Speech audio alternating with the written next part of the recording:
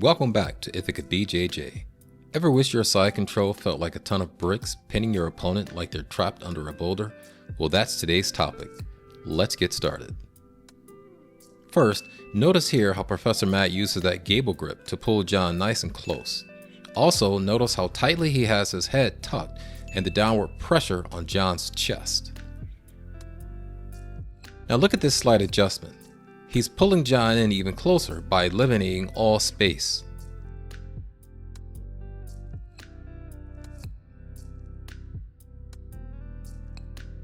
Here, Professor Matt uses his leg to help get John's arm out of the way, eliminating even more space. Watch.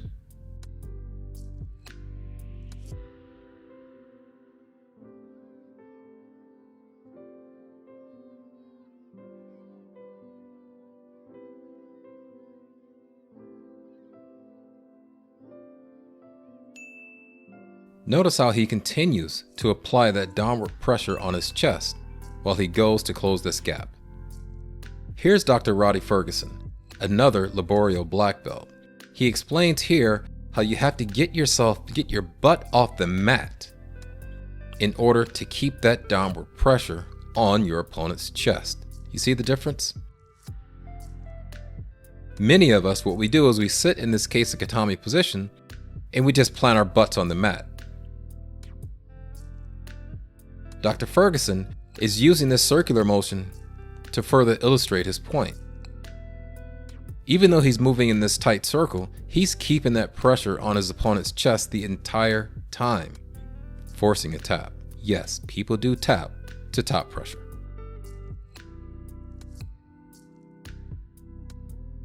So Professor Matt closes the space between his leg and John's arm, pulling that arm up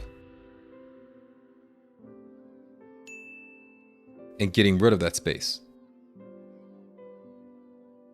Notice here also how he keeps his head nice and low.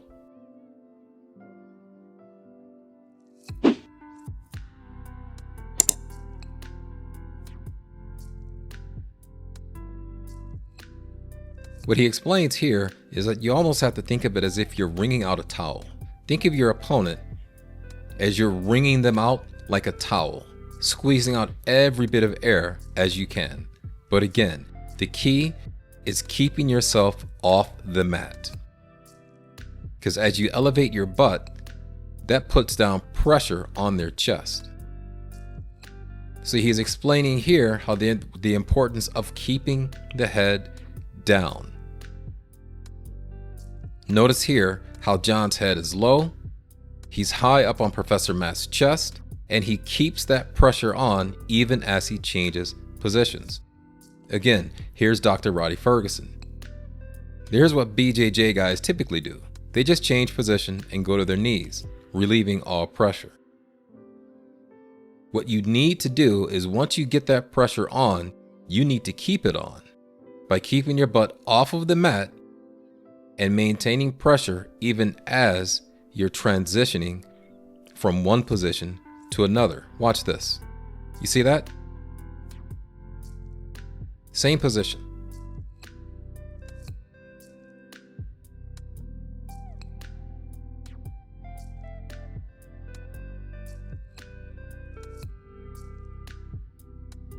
Same thing. Go check out Dr. Roddy Ferguson's channel. He has a series of videos on this position. And here's why you need to keep your head low, because your opponent can get a hold of your lapel and start planning their escape. Notice here also the importance of staying up high on the chest. You need to keep the pressure on their chest, not their belly. If you're down too low, you're allowing them to breathe.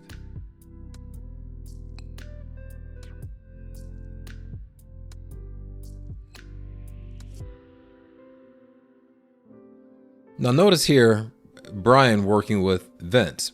Brian is the guy in the blue gi on top. Now he has his head wrapped, fine, but his head isn't low. And the other thing, there's no top pressure here. So while he has Vince wrapped up pretty good, The pressure is not being applied. Again, here's Dr. Roddy Ferguson.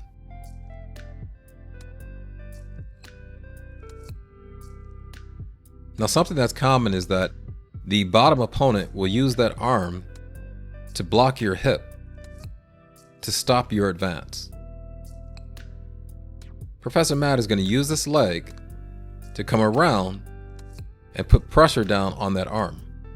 He comes around, rotates his hip. And if your opponent insists, they can actually wrist lock themselves.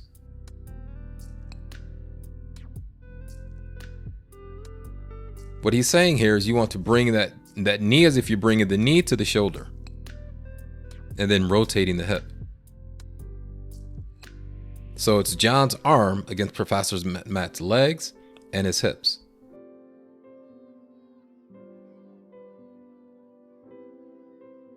So now he's wrapping his head, getting that chest nice and low. And there it is. He's getting under John's tricep and then coming around to close off that space. So Professor Matt transitions to this reverse position. What's nice about this position is that you block your opponent's vision as you prepare to mount. So often what your opponent will do is they'll get that underhook because that's their way out.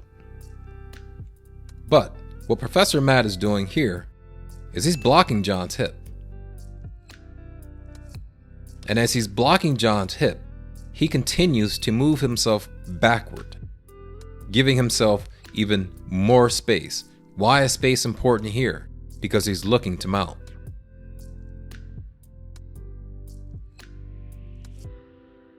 So what he's pointing out here is that as he continues to push himself back, that arm is moving further and further back. And so what a lot of guys will do here is they'll rotate around hoping to get to their knees. And notice here again how John's vision is completely blocked. He cannot see what's going on in front of him. So John goes to rotate, and then this permits the mount position.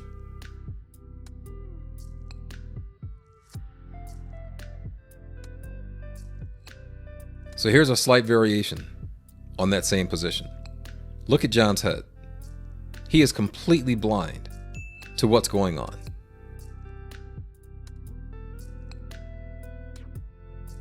In this area here,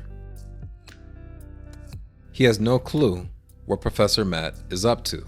So, what an experienced player will do is they'll put that foot up here to block that mount.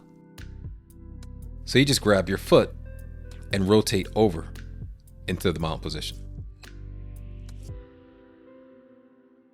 Now here's something to watch out for. Sometimes you'll go for this mount position, but then an experienced opponent will trap that far leg of yours and reestablish a half guard position. Like that.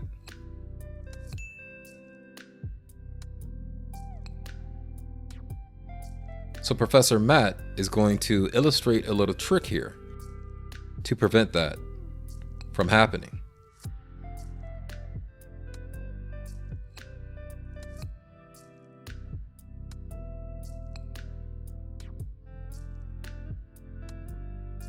So now, as he goes for that mount position, he anticipates the bomber's move to trap his far leg.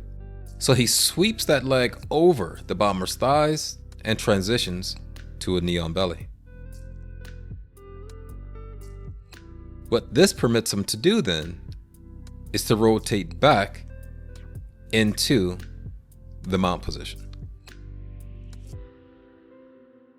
Right there.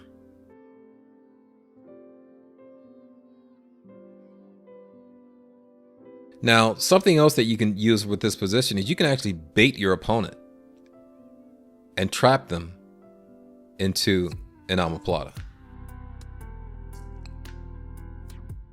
as they rotate around.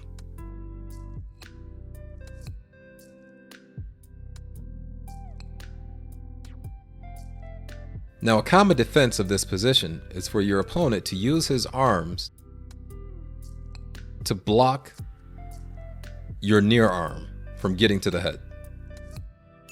Right there.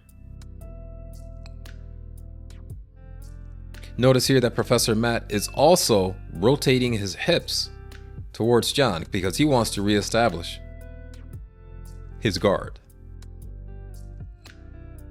So what John has to do here is get low and back up to push his hips, to push Professor Matt's hips in the opposite direction, which will make it impossible for him to reestablish a guard position. So his hips are going this way, the opposite direction that he needs. Here it is from a different angle.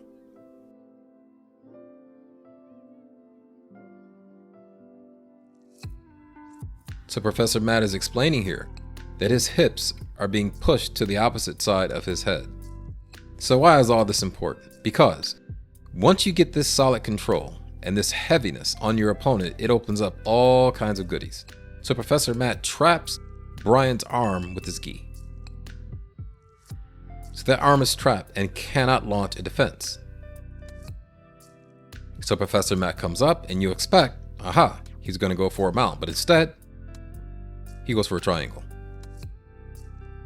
Because Brian's arm is trapped and he cannot prevent this position.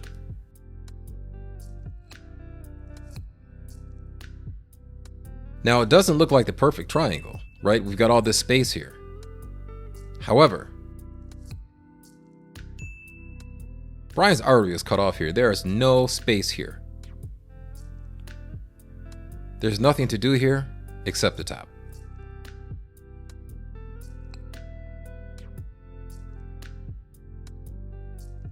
So here's something interesting, a little bonus. Sometimes the opponent gets their arm between our legs, or we put it there ourselves. That's a different video. This also leads to a triangle.